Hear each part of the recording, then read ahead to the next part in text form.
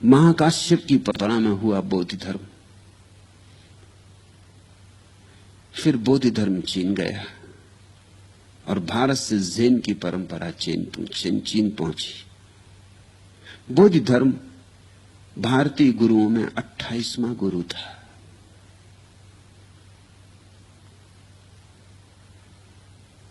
चीन में बोधि धर्म 9 वर्ष तक दीवाल की तरफ मुंह किए बैठा रहा। लोग आते थे तो उनकी तरफ देखता नहीं था, पीठ ही किए रहता था।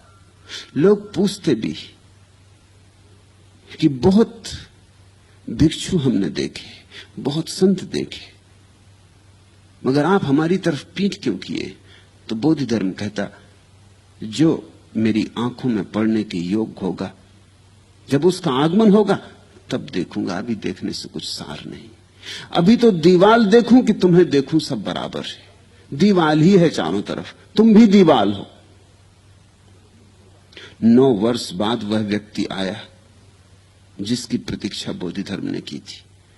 बोधि धर्म को भी महाकाश्यप मिला, जैसे बुद्ध को महाकाश्यप मिला था। उस व्यक्ति ने आके अपना एक हाथ तलवार से काट के बोधि धर्म को भेंट किया और कहा, जल्दी से इस तरफ मुंह करो, अन्यथा गर्दन भी भेंट कर दूंगा।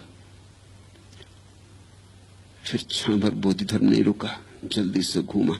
वो 9 साल जो दीवाल को देखता रहा था, वो घूमा और उसने कहा कि तो तुम आ गए, मैं तुम्हारी प्रतीक्षा में था। क्योंकि जो सब देने को तैयार हो, गर्दन देने को तैयार हो, वही मेरे संदेश को झेल सकता है। इस व्यक्ति को बोधि धर्म ने अपना संदेश दे दिया, जो बुद्ध ने महाकाश्यप को दिया था। वो क्या है संदेश, शब्द में कहने का उपाय नहीं। ये 9 वर्ष तक दीवाल का साक्षी रहा था। बुद्ध तो थोड़ी देर फूल के साक्षी रहे थे। बोधि धर्म 9 वर्ष तक दीवाल को देखता रहा। ये 9 वर्ष का साक्षी भाव था जो उसने इस व्यक्ति को दे दिया। फिर यह व्यक्ति गुरु हुआ, बोधि धर्म वापस लौट गया चीन से भारत की तरफ। भारत कभी पहुंचा नहीं, कहीं हिमालय में खो गया होगा, और खो जाने को बेहतर जगह है भी नहीं। फिर यह व्यक्ति जिसको बोधि धर्म दे आया था, बूढ़ा हुआ और इसे भी अपने शिष्य की तलाश थी। इसके आश्रम में 500 भिक्षु थे। इसने एक दिन खबर की कि अब मुझे शिष्य की तलाश है। जो भी सोचता हो कि योग्य हो गया है, वो मेरे द्वार पर आके लिख जाए। धर्म का सार 4 पंक्तियों में। जो सबसे बड़ा पंडित था, महापंडित था, स्वभाव था, उसी ने हिम्मत की। उसने भी बड़े डरते डरते हिम्मत की, क्योंकि वो जानते थे अपने गुरु को, उसे धोखा नहीं दिया जा सकता। औरों ने तो हिम्मत ही नहीं की, विचार ही नहीं किया, लेकिन एक ने हिम्मत की, जो सबसे बड़ा पंडित था, जिससे शास्त्र कंठस्थ थे।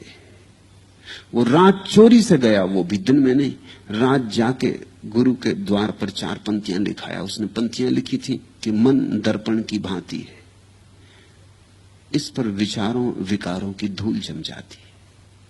उस विचार विकार की धूल को पहुंचने यही धर्म का सार है।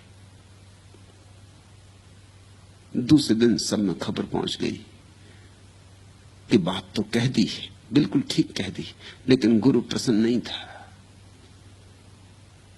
गुरु ने पढ़े वचन, लेकिन चुप रहा, कोई वक्तव्य न दिया। लोग सोचने लगे ये ज्यादती है, इससे सुंदर और वचन क्या लिखा जाएगा, इसमें तो सारा सार आ गया। ये खबर चलती थी, विवाद चलता था, भिक्षु इस पर एक दूसरे से चर्चा करते थे। ऐसे 2 भिक्षु चर्चा करते भोजनालय से निकलते थे कि आश्रम के भोजनालय में जो व्यक्ति चावल कूटने का काम करता था, वो इन दोनों की बातें सुन के हंसने लगा। वो 12 साल से चावल ही कूट रहा था। 12 साल पहले आया था, तब गुरु ने उससे पूछा था, तू धर्म जानना चाहता है या धर्म के संबंध में जानना चाहता है? तो उसने कहा था, संबंध में जान के क्या करूंगा, धर्म ही जानना है। तो गुरु ने कहा था, तू फिर जा और अब चौके में चावल कूट।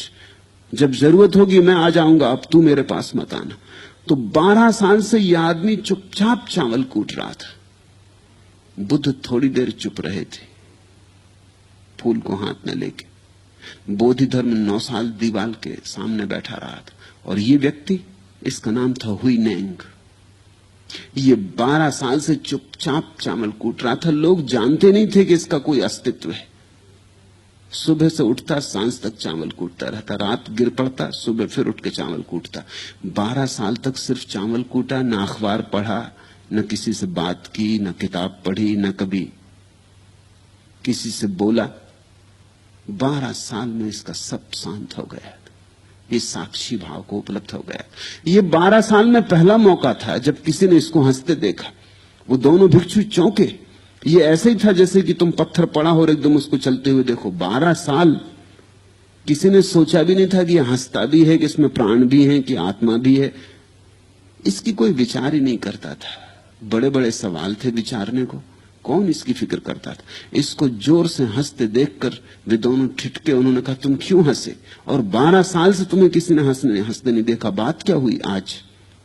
जैसे महाकाश्यप हंसा था, ऐसे हुई नेंग हंसा। और हुई नेंग ने कहा कि मैं इसलिए हंसा कि ये पंक्तियां जो लिखी हैं, जिसने भी लिखी हो, महामूढ़ है।